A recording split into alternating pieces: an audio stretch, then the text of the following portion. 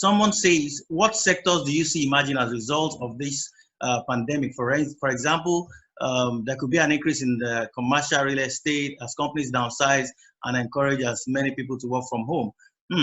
That's a tough one. I don't know if the real estate is something that will probably get a bounce back as quickly as that. But I'll let the panelists take a look at this.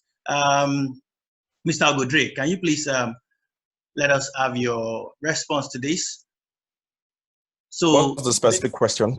Yeah, the person is asking, what sectors do you see emerging as a result of this pandemic? He was also of the opinion or consideration that because people are going to have to probably work from home, is there any possibility of commercial real estate experiencing some boom after the pandemic, post the pandemic? I think that so post-pandemic, I think real estate is probably even going to be in a recession. Yeah, that's what I think. rather than experience a boom. I mean, that's my opinion.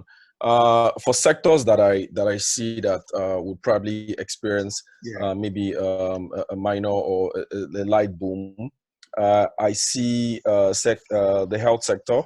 Yes. I would expect to see a bit of a surge in their revenues.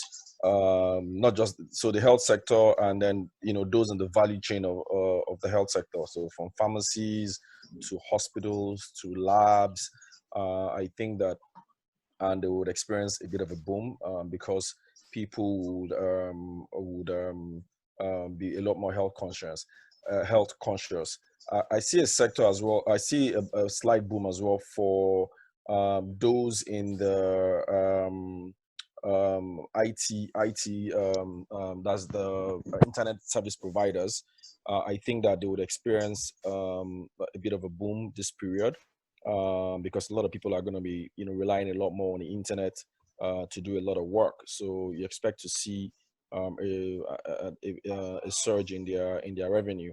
For those who also provide electricity, whether alternative power or the regular power supply, I do see a bit of an increase in their revenue because there's a lot more demand for power this period, and I think it will be the same even post COVID. But of course, that's for people who have, if they have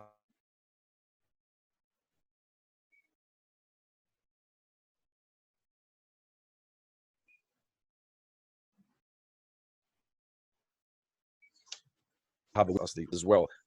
There's going to be some that will fall, but for the more solid ones would see a boom this period. Those that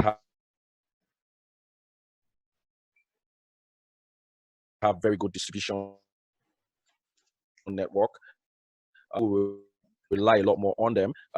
Those that are also in the distribution, that's for example, maybe those who have Okadas that deliver goods, or those who have maybe shuttle vans or what have you. So those in the delivery business, I think that they will see a boom because a lot of people have tested these things now from home and they've seen the efficacy of it, and they will rely a lot more on ordering stuff online. So like Chuma had said, we're in a new norm now. So people would sort of gravitate towards this thing. Then there's also going to be a boom for those in maybe online learning, people who like sessions like this.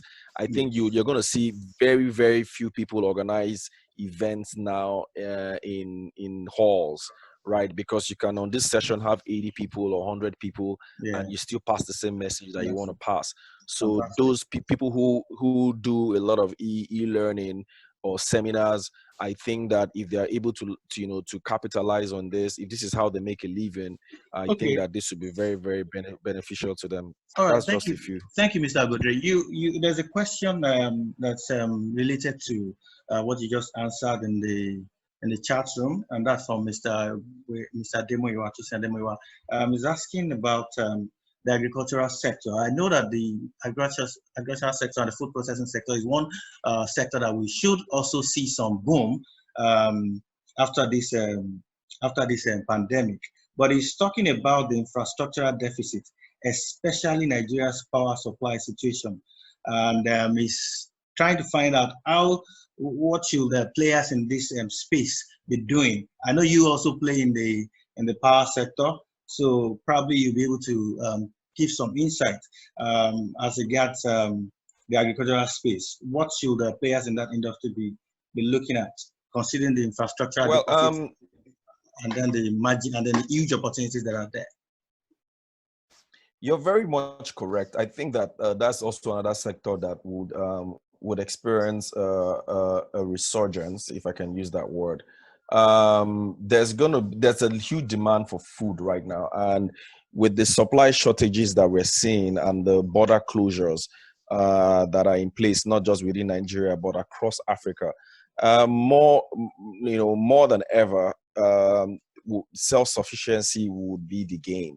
So you would see a lot of all the CBN intervention funds move towards those in the agri space. So so whether you're a farmer or a smallholder farmer, or you're into mechanized farming, or you're even in the financing space of farming, because for example, you're seeing a lot of agro-techs, and some of them are actually quite good. So there are a lot of opportunities that you would see there. So people are gradually moving into the agri sector, and so long as government keeps pumping funding in that space, I think it's only a matter of time for you to start to see growth materialize. So at the same time, the people who get in there early enough, I think are the ones that we win. One thing that we know in Nigeria is that people tend to go in when everybody's there. But I think those who are able to take calculated risk at this time would benefit the most. And the interesting thing about agriculture is that there is local demand for agriculture, and then there's huge export demand as well that you can feel. Challenges still remain, the infrastructural deficit that you mentioned. Far from power and electricity, I think the major problem they even have is distribution. Being able to move agricultural product from, say, the north down south is Herculean for a lot of them, and because by the time they move their things from north down south, half of their produce is spoiled. Yeah. So maybe there's another opportunity in storage, food storage. They will have to figure out how to address. Some actually have found ways to do it. Yeah, but food storage and all that. So if you can, mitigate that challenge, I think that it's a no-brainer. There's just so much money to be made from that space.